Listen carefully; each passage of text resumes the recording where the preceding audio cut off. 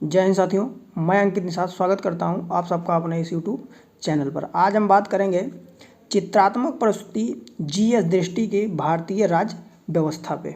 ठीक, देखिए पॉलिटी के लिए 4 वीडियो मैं दूंगा। 4 वीडियो में पूरी पॉलिटी ख़त्म करने की कोशिश करेंगे।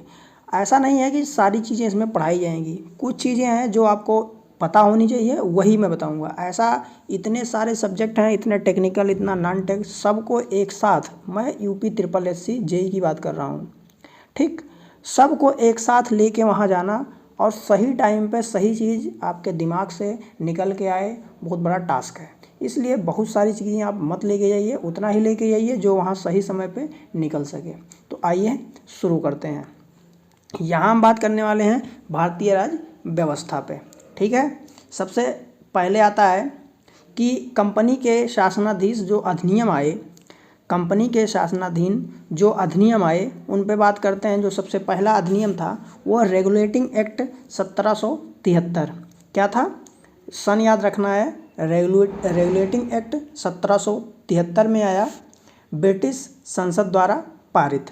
ठीक, इसके बाद में ये इसको आने का उद्देश्य क्या था? जो भ्रष्टाचार और कुप्रशासन, जो कंपनी के अंदर भ्रष्टाचार और कुप्रशासन आ गया था, उसको दूर करने के लिए रेगुलेटिंग एक्ट 1773 आया। इसमें किया क्या गया? मद्रास प्रेसिडेंसी और बम्बई प्रेसिडेंसी को कलकत्ता प्रेसिडेंसी के अधीन कर दिया गया। मद्रास प्रेसिडेंसी, बम्बई प्रेसिडेंसी को कलकत्ता प्रेसिडेंसी के अधीन कर दिया गया। ठीक, जो बंगाल का गवर्नर था वो बंगाल का गवर्नर जनरल कहा जाने लगा। ठीक, बंगाल का जो गवर्नर था वो बंगाल का गवर्नर जनरल कहा जाने लगा। सर्वप्रथम सर्वोच्च न्यायालय की स्थापना 1774 में की गई। इसके बाद में देखिए पिट्स इंडिया एक्ट केवल 1784 में आया। ये याद रखिए, इतना काफ़ी है। ठीक है, इसके बाद में आगे है 1786 का अधिनियम। 1786 का जो अधिनियम था, गवर्नर जनरल को विशेष परिस्थितियों में अपने परिषद के निर्णय को रद्द करने तथा अपने निर्णयों को लागू करने का अधिकार प्रदान कर दिया गया। ठीक है, इसके बाद में आता है चार्टर एक्ट 1813। चार्टर एक्ट 1813 में कंपनी थी उसका एकाधिकार समाप्त कर दिया गया। कंपनी का एकाधिकार समाप्त कर दिया गया, चाय और चीन के साथ छोड़ करके। ठीक, इसके बाद में प्रथम बार शिक्षा पर खर्च प्रति वर्ष 1 लाख रुपए रखने का प्रावधान किया गया। ठीक, इसके बाद आता है चार्टर एक्ट 1833। चार्टर एक्ट 1833, इसमें क्या किया गया कि जो कंपनी के वाणिज्यिक अधिकार थे उनको समाप्त कर दिया गया। कंपनी को केवल राजनीतिक कार्य करने का प्रावधान रखा गया। बंगाल का जो गवर्नर जनरल था वो भारत का गवर्नर जनरल कहा जाने लगा। ठीक है, जो 1773 वाला जो कानून आया था, रेगुलेटिंग एक्ट आया था, उसमें क्या कहा गया था? बंगाल का जो गवर्नर जनरल है, जो बंगाल का गवर्नर है वो बंगाल का गवर्नर जनरल हो गया। इसमें 1833 में क्या बोला गया कि जो बंगाल का गवर्नर जनरल है अब पूरे भारत का गवर्नर जनरल हो जाएगा। ठीक, इसके बाद में आता है कानून बनाने के लिए गवर्नर जनरल की परिषद में एक विधि सदस्य सम्मिलित किया गया। वो कौन थे? मैकाले थे। ये आप लोग जरूर याद रखेंगे। इसके बाद बम्बई और मद्रास प्रेसिडेंसी से कानून बनाने का जो अधिकार था वो छीन लिया गया। किसके तहत? 1833 के तहत, चार्टर एक्ट 1833। ठीक है, इसके बाद में आगे बढ़ते हैं। 1853 का चार्टर एक्ट नियंत्रण बोर्ड और उसके अन्य पदाधिकारियों का जो वेतन था वो निश्चय कौन करेगा? सरकार द्वारा। धन कौन देगा? कंपनी देगी। मतलब इसका है, साफ साफ एक चीज़ याद रखिए कि 1853 के चार्टर एक्ट के माध्यम से ये कहा गया जो अब जितने भी ये धन दिए जाएंगे वो कहाँ से दिए जाएंगे? अब इंडिया से ही दिए जाएंगे। उनके जो वेतन होंगे वो इंडिया से ही दिए जाएंगे। ठीक, बस इतना याद रखना है। इसके बाद में 1858 का जो है भारत सरकार अधिनियम आता है। ठीक है, इसमें भारतीय प्रशासन का नियंत्रण कंपनी से छीन करके, पहले कंपनी हमारे ऊपर शासन करती थी, अब कंपनी से छीन करके ब्रिटिश राज मुकुट को दे दिया गया। अब सीधा जो है ब्रिटिश सरकार का शासन हमारे ऊपर होने लगा है 1858 के अधिनियम से। ठीक, भारत राज्य सचिव का जो है एक पद सृजित किया गया। भारत राज्य सचिव का एक पद सृजित किया गया। Board of director, board of control दोनों के समस्त अधिकार भारत राज्य सचिव को दे दिए गए। ठीक है, भारत के गवर्नर जनरल का, जो भारत का गवर्नर जनरल था, उसका नाम जो है बदल दिया गया और वो रखा गया वायसराय कर दिया गया। ठीक, भारत में ब्रिटिश क्राउन का जो प्रत्यक्ष प्रतिनिधि है वो कौन होगा? वायसराय होगा। इसके बाद आगे बढ़ते हैं। अब जितने भी नियम आएंगे, जो कानून हमारे लिए बनेगा, वो ब्रिटिश ताज के शासनाधीन अधिनियम के तहत हमारे ऊपर जो नियम कानून काम करेंगे। ठीक है, इसके बाद में है परिषद अधिनियम 1861। वायसराय को आपातकाल में अध्यादेश जारी करने की शक्ति प्रदान कर दी गई। अध्यादेश लागू करने की जो अधिकतम अवधि थी वो कितनी थी? 6 माह। ठीक है, इसके बाद में आगे है जो वायसराय की कार्य परिषद जो थी उसका विस्तार किया गया। बम्बई और मद्रास प्रांतों को पुनः प्रदान अधिकार जो है, उनके कानून बना के जो अधिकार थे वो उनसे छीन लिए गए थे, उनको फिर से वापस किया गया। ठीक, इसके बाद में आता है भारत परिषद अधिनियम 1892। भारत परिषद अधिनियम 1892, इसमें बोला गया विधान परिषद के सदस्यों को बजट पर अपने विचार प्रकट करने का अधिकार दिया गया। ठीक है, सार्वजनिक हित के मामलों में विधानमंडल के सदस्यों को 6 दिन पहले पूर्व सूचना देकर प्रश्न पूछने का अधिकार दे दिया गया। ठीक है, इसके बाद में आगे है भारत परिषद अधिनियम 1909। ये आपके लिए इम्पोर्टेंट है। 1909 का जो अधिनियम था उसको मार्ले मिंटो सुधार भी बोला जाता था। इसमें सांप्रदायिक प्रतिनिधित्व की व्यवस्था की गई। ठीक है, केंद्रीय विधानमंडल के सदस्यों को बजट पर मत देने का अधिकार नहीं दिया गया।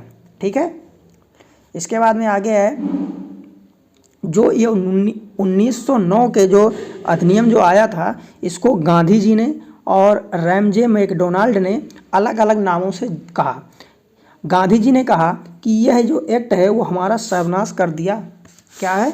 इस एक्ट ने हमारा सर्वनाश कर दिया। और रैमजे मैकडोनाल्ड ने बोला ये सुधार प्रजातंत्रवाद और नौकरशाही के मध्य अधूरा अल्पकालीन समझौता है। ठीक, इसके बाद में आगे आता है भारत सरकार अधिनियम 1919। भारत सरकार अधिनियम 1919, इसका दूसरा नाम था मॉन्टेगू चेम्सफोर्ड सुधार। ठीक, प्रांतों में द्वैध शासन का प्रारंभ किया गया। पहली बार उत्तरदायी शब्द का प्रयोग किया गया। ये आपके लिए इम्पोर्टेंट है। पहली बार उत्तरदायी शब्द का प्रयोग किया गया, वो किस अधिनियम के तहत किया गया? भारत सरकार अधिनियम 1919, जिसको दूसरा नाम है मॉन्टेगू चेम्सफोर्ड सुधार। ठीक है, इसके बाद में हम आगे बढ़ते हैं। 1935 का जो अधिनियम था, इसमें जो है संघीय लोक सेवा आयोग का गठन किया गया। अखिल भारतीय संघ की स्थापना की गई। जो द्वैध शासन था वो प्रांतों में समाप्त कर दिया गया। अब ये लागू हो गया केंद्र में। ठीक, इसके बाद में है कुछ और हैं, इसमें कुछ नियम हैं। ये देखो, जो हमारा आरबीआई बना हुआ था, इसी नियम के तहत बना था। ठीक है, आगे है कि इसके बाद में हमारा आता है भारत का स्वतंत्रता अधिनियम 1947। इसमें अविभाजित ब्रिटिश भारत का विभाजन कर भारत एवं पाकिस्तान 2 स्वतंत्र अधिराज्यों की स्थापना की गई। 15 अगस्त 1947 को से भारतीय रियासतों पर ब्रिटिश संप्रभुत्व जो है वो समाप्त कर दिया गया।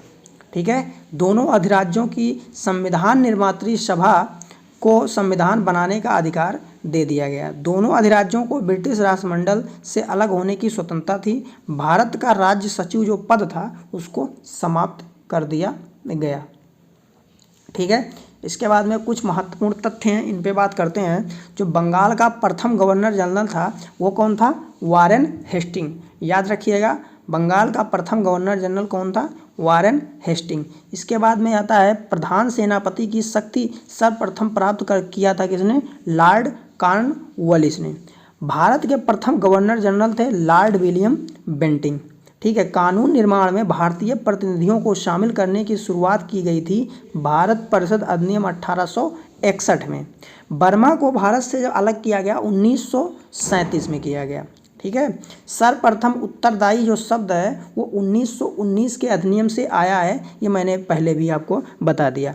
भारतीय रिजर्व बैंक की जो स्थापना हुई थी भारत सरकार अधिनियम 1935 के तहत हुई। ठीक। भारतीय संविधान की सर्वप्रथम जो मांग थी वो किसने की? स्वराज पार्टी ने की मई 1934 में। ठीक है। सर्वप्रथम भारत में संविधान सभा के गठन का जो विचार देने वाले व्यक्ति थे उनका नाम क्या था? M.N. रॉय 1934 में। भारतीय राष्ट्रीय कांग्रेस ने पहली बार संविधान सभा की मांग की 1934 में। भारतीय संविधान सभा चुनी गई अप्रत्यक्ष निर्वाचन द्वारा। ठीक है। इसके बाद में आता है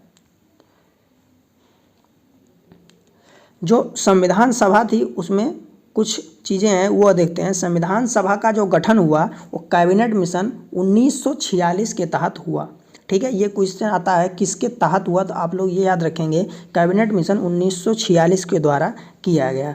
भारतीय संविधान का निर्माण कैबिनेट मिशन योजना 1946 द्वारा गठित संविधान सभा ने किया। ठीक है। इसमें कुल महिलाओं की संख्या कितनी थी? 15 थी। अगर हम बात करते हैं प्रथम बैठक कब हुई? 9 दिसंबर 1946 को हुई। और अस्थाई अध्यक्ष की बात करें तो राजेंद्र प्रसाद थे। कौन थे? राजेंद्र प्रसाद। अगर कुल अधिवेशन की बात किया जाए तो 11 अधिवेशन हुए थे। अगर हम संविधान अंगीकृत कब किया गया? 26 नवंबर 1949 को अंगीकृत किया गया। और अंतिम बैठक अगर पूछा जाए तो 24 जनवरी 1950। ठीक है। इतनी चीज़ें आपको याद रखनी। उसके बाद में हम बात करते हैं समितियों के बारे में। ठीक है। समितियों और उनके अध्यक्षों के बारे में बात करते हैं। तो प्रारूप जो समिति थी इसके अध्यक्ष थे B.R. अम्बेडकर। ठीक। प्रारूप समिति के अध्यक्ष कौन थे? B.R. अम्बेडकर। और अगर हम प्रक्रिया नियम समिति और संचालन समिति की बात करें तो डॉक्टर राजेंद्र प्रसाद। ठीक है। इसके बाद अगर हम संघ शक्ति और संघीय संविधान समिति की बात करें तो जवाहरलाल नेहरू थे। अगर हम प्रांतीय संविधान समिति, मूल अधिकार समिति और अल्पसंख्यक जनजातीय समितियों की बात करें तो इनके कौन थे? डॉक्टर सरदार पटेल। ठीक है। इसके बाद में हम बात करते हैं, देखिए ये चुनाव हुआ था तो कांग्रेस को 208 सीटें, मुस्लिम लीग को 73 और ये अन्य को 15 सीटें मिली हुई थी। ठीक है। इसके बाद परीक्षा की दृष्टि से कुछ चीज़ें हैं इंपॉर्टेंट है वो सुनिए। वो ये है कि संविधान सभा की जो प्रथम बैठक थी उसकी अध्यक्षता किसने की? डॉक्टर सच्चिदानंद सिन्हा ने की थी। ठीक है। जवाहरलाल नेहरू ने उद्देश्य प्रस्तावना को पेश कब किया? 13 दिसंबर 1946 को। कब किया? 13 दिसंबर 1946 को। संविधान सभा के लिए चुनाव हुआ था जुलाई अगस्त 1946 में। अंतरिम सरकार की गठन की बात की जाए तो 2 सितंबर 1946। ठीक है। अगर संविधान सभा लागू कब हुआ? क्वेश्चन को सुनिएगा ध्यान से। लागू होना और अंगीकृत करना दोनों में फ़र्क है। अगर लागू हुआ लिखा हुआ तो 26 जनवरी 1950 में। संविधान सभा में कुल सदस्य थे 299। भारत विभाजन से पूर्व 389 थे। बस इतना याद रखना है। ठीक है। इसके बाद में हम प्रारूप समिति की अगर बात करते हैं, प्रारूप समिति 29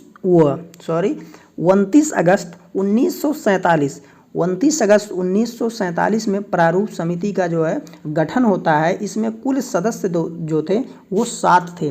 अध्यक्ष सहित, अध्यक्ष मैंने बताया BR अम्बेडकर जी इसके अध्यक्ष थे। और अन्य सदस्यों की बात करें तो एन गोपाल स्वामी अयंकर, अल्लादी कृष्णा स्वामी अय्यर, KM मुंशी, मोहम्मद सादुल्ला, BL मित्र एवं DP खेतान। देखिए नीचे वाला याद रखना है क्योंकि BL मित्र के स्थान पर एन माधव राव ने आए थे और DP खेतान के स्थान पर TT कृष्णाचारी आए थे। ये दोनों चीज़ आपको याद रखना है, ठीक है। इसके बाद में हम बढ़ते हैं कि कुछ परीक्षा उपयोगी दृष्टि से कुछ चीज़ें उपयोगी हैं, वो सुनिए। संविधान सभा के सदस्य निर्वाचित किए गए थे प्रति 10 लाख व्यक्तियों पर एक प्रतिनिधि के अनुपात में, ठीक है। इसके बाद कैबिनेट मिशन के जो सदस्य थे पैथिक लॉरेंस, स्टेफर्ड क्रिप्स और AB अलेक्जेंडर, ठीक है। संविधान सभा कांग्रेस थी और कांग्रेस भारत का है, किसने कहा था? ग्रेनविले ऑस्टिन ने। प्रारूप समिति का गठन कब हुआ? 29 अगस्त 1947। प्रारूप समिति का गठन 29 अगस्त 1947। अगर तदर्थ झंडा समिति के अध्यक्ष की बात की जाए तो डॉक्टर राजेंद्र प्रसाद, ठीक है। आगे बढ़ते हैं। आगे ये आपके लिए इम्पोर्टेंट है क्योंकि भारत के प्रथम और अंतिम गवर्नर और गवर्नर जनरल और वायसराय, इसमें से क्वेश्चन आता ही है। तो देखिए जो रॉबर्ट क्लाइव थे वो बंगाल के गवर्नर थे, ठीक है, ठीक है। इसके बाद में अगर हम बात करें तो वारेन हेस्टिंग जो थे बंगाल का गवर्नर और बंगाल के प्रथम गवर्नर जनरल, यानी कि ये बंगाल के अंतिम गवर्नर और बंगाल के प्रथम गवर्नर जनरल थे। कौन? Warren Hasting. और लॉर्ड विलियम बेंटिंग की बात किया जाए तो ये बंगाल का गवर्नर जनरल, बंगाल के अंतिम गवर्नर जनरल और भारत के प्रथम गवर्नर जनरल की बात करें तो वो कौन थे? Lord William Bentinck. और लॉर्ड कैनिंग की बात करें तो गवर्नर जनरल ये भारत के अंतिम गवर्नर जनरल और भारत के प्रथम वायसराय कौन थे? लॉर्ड कैनिंग, ठीक है। इसके बाद में लॉर्ड माउंटबेटन जो थे स्वतंत्र भारत के प्रथम गवर्नर जनरल, क्या? स्वतंत्र भारत के प्रथम गवर्नर जनरल। और C राजगोपालाचारी की बात करें तो स्वतंत्र भारत के प्रथम तथा अंतिम भारतीय गवर्नर जनरल, ठीक है। उसके बाद में है कुछ महत्वपूर्ण तथ्य में क्या है? पहली बैठक 9 दिसंबर 1946, अस्थायी अध्यक्ष डॉक्टर सच्चिदानंद सिन्हा और भारतीय अस्थायी अध्यक्ष डॉक्टर राजेंद्र प्रसाद। संवैधानिक सलाहकार BN राव जी थे।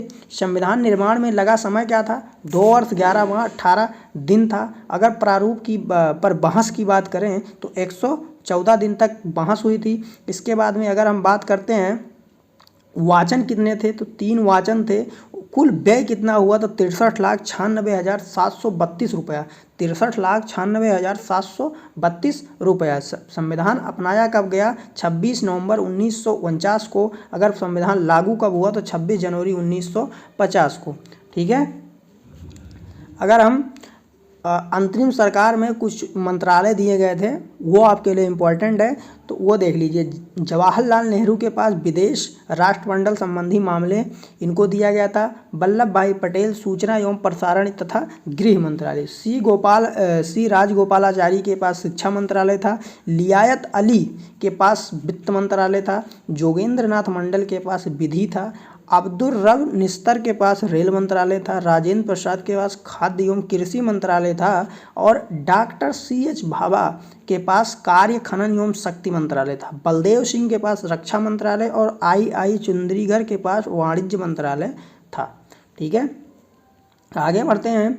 अब आता है कि संविधान के स्रोत के लिए हम देखते हैं जो संयुक्त राज्य अमेरिका है। सबसे पहली बात है भारतीय संविधान में अधिकांश जो उपबंध है 1935 भारत शासन अधिनियम 1935 में जो थे उन्हीं को हम ले लिए हैं। तो बहुत सारे उपबंध जो हैं यहीं से लिए गए हैं। ठीक है, इसके बाद संयुक्त राज्य अमेरिका की बात करते हैं तो उद्देशिका का जो विचार है न्यायिक पुनरावलोकन हो गया, न्यायपालिका की स्वतंत्रता, मूल अधिकार, उपराष्ट्रपति का पद, राष्ट्रपति पर महाभियोग, ये सब कहाँ है, संयुक्त राज्य अमेरिका के हैं। अगर हम कनाडा की बात करते हैं, सशक्त केंद्र के साथ संघीय व्यवस्था, केंद्र द्वारा राज्यपालों की नियुक्ति, उच्चतम न्यायालय का परामर्शीय न्याय निर्णयन, अवशिष्ट शक्ति केंद्र के पास में निहित।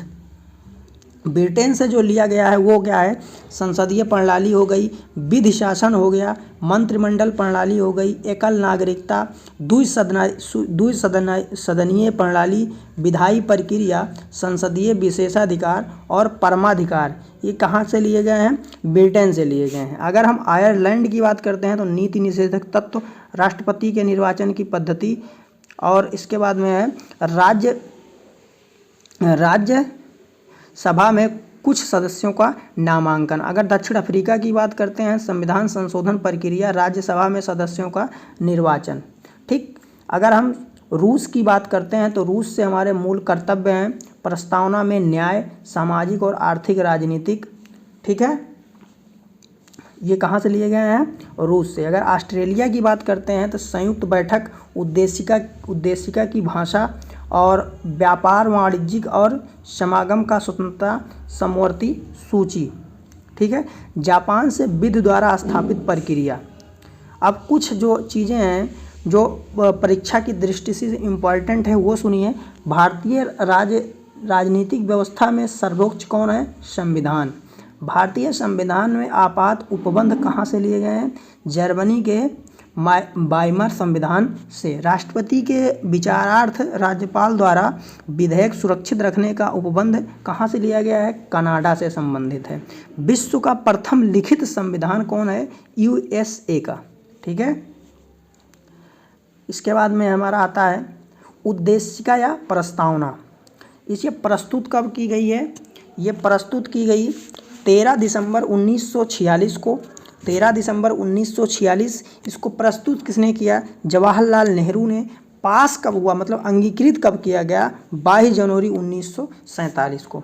ठीक है, उद्देशिका की विषय वस्तु, अगर हम न्याय की बात करें तो 3 प्रकार के न्याय दिए हुए हैं, सामाजिक, आर्थिक और राजनीतिक।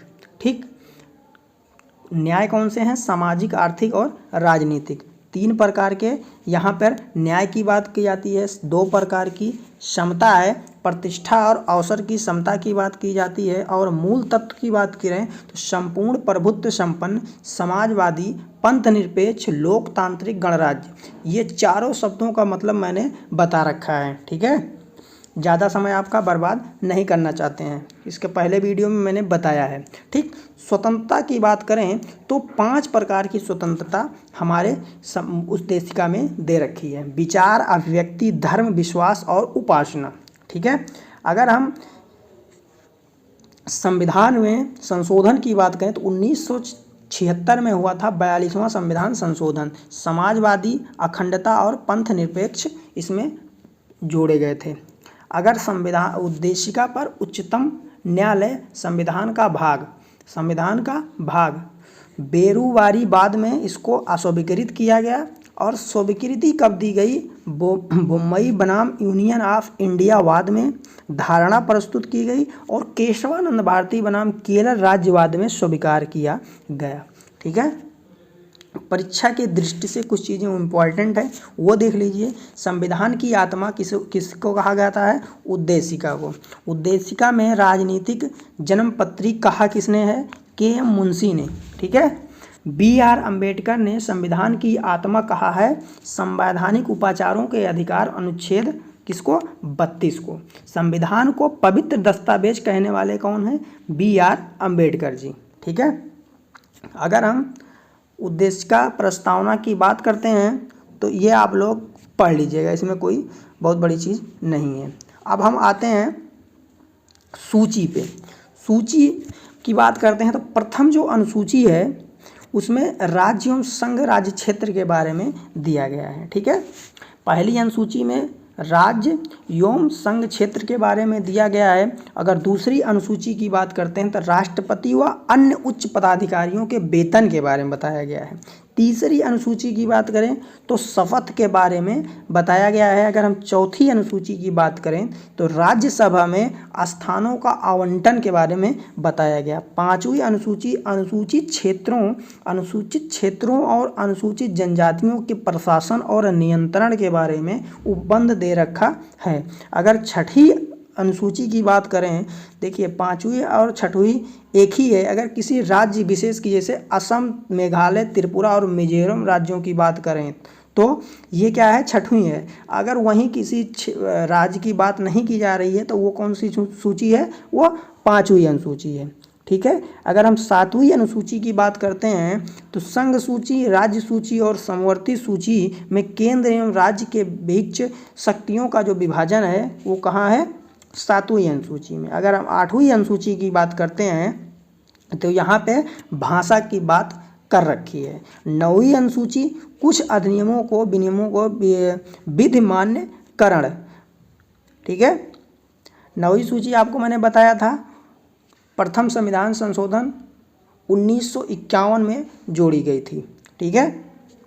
इसके बाद में आगे बढ़ते हैं। 10वीं अनुसूची दल बदल परिवर्तन के आधार पर अयोग्यता की बात करता है। अगर 11वीं की बात करें तो पंचायतों से संबंधित है और 12वीं की बात करें तो नगर पालिका से संबंध रखता है। ठीक है।